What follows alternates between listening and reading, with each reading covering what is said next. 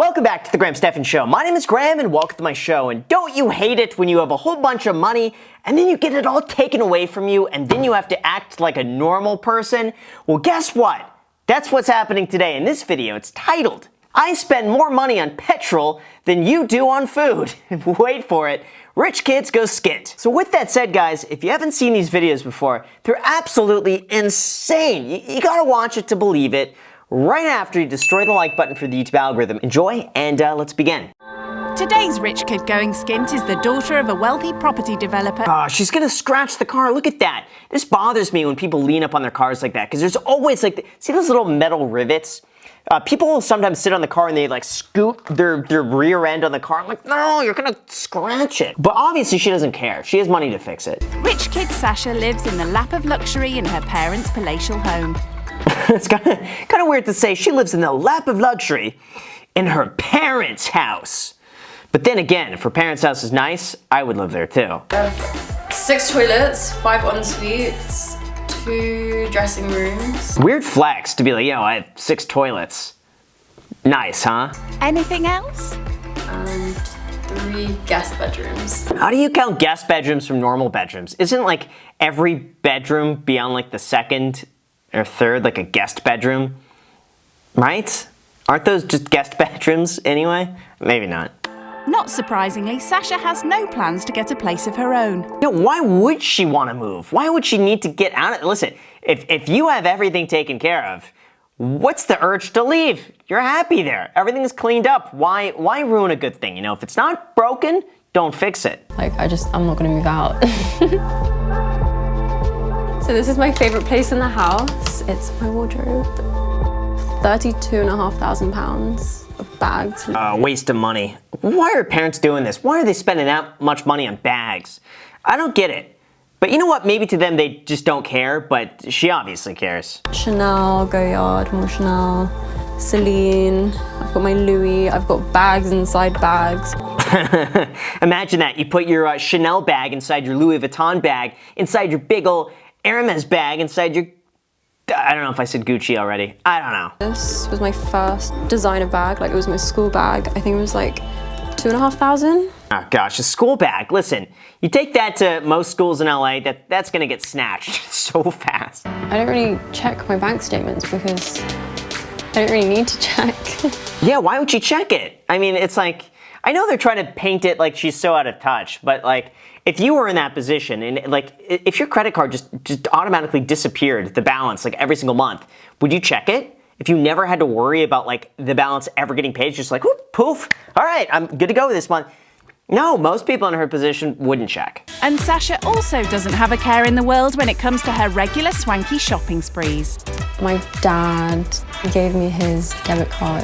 It's just easier instead of calling like every 2 seconds saying I need money. Oh, yeah, debit card though. Why isn't he getting the points? You should be charging that on American Express, getting the points and getting free travel. That's the way to do it. So my favorite thing in the whole world would be my car, the BMW M2.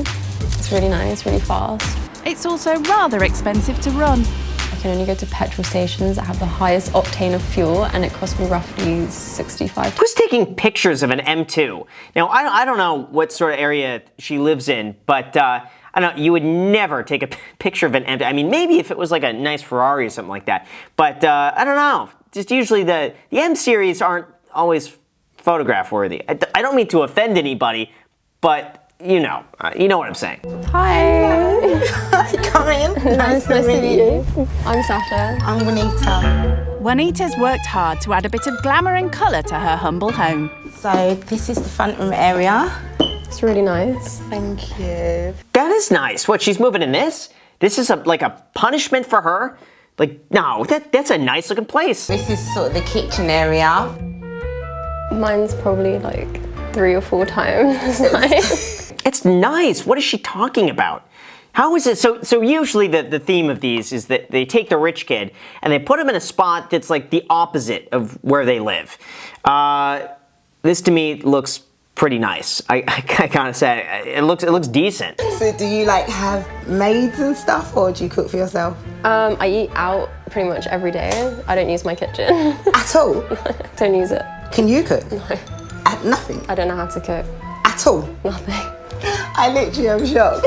Now, she wouldn't survive a zombie apocalypse. So you always have to think about that. Like, what happens if everything goes up in flames and you know, people running around the streets? Like, how would you survive? I think of this stuff. But yeah, no, she's the first to go. So, Sasha, these are the boys. This Hi. is Kai. This is Riley. Say hello to Sasha. Why you been shy? How's she never been around children before? I guess she could not be around, but you would expect that at some point you'd come like, you'd cross paths with, you know, a small adult. For someone like Sasha, who normally gets up in the afternoon, sharing a house with 3 kids could come as a shock. She gets up in the afternoon too? Oh man, that would bother me if I was a parent. 6 a.m. every morning and doing chores.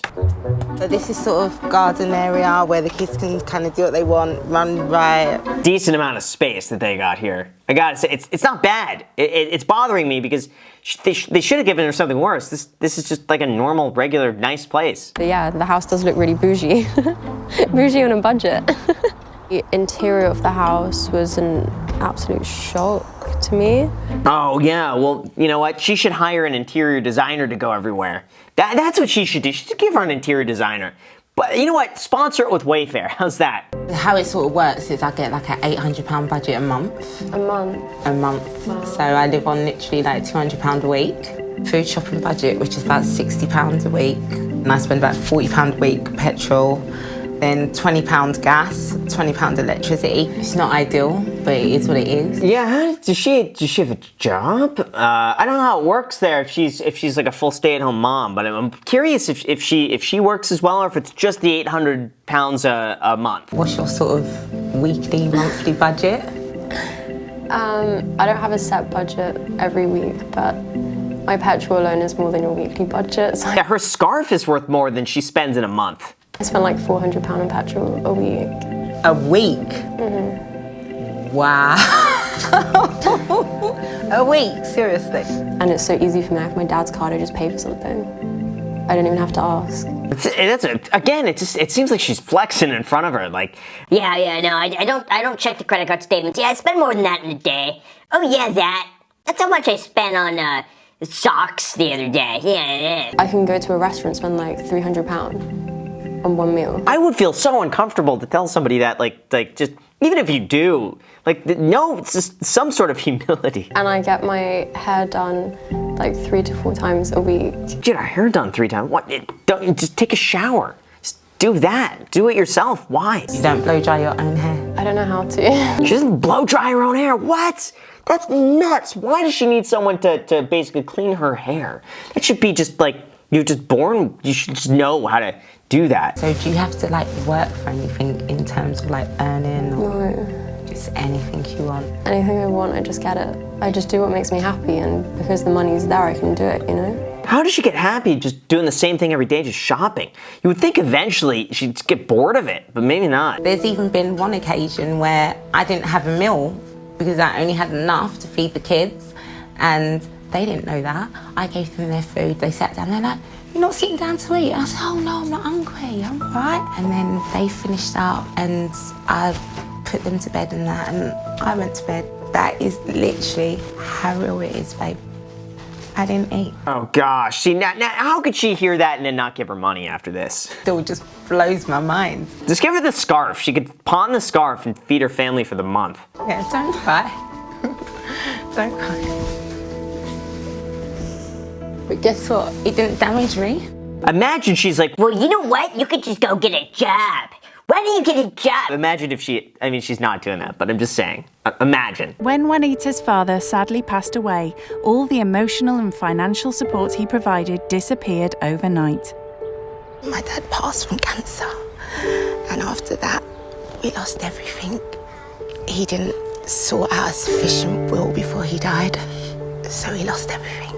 How? Wait. I'm curious, there's more to that story. It's not that he just didn't sort out a will and then lost everything.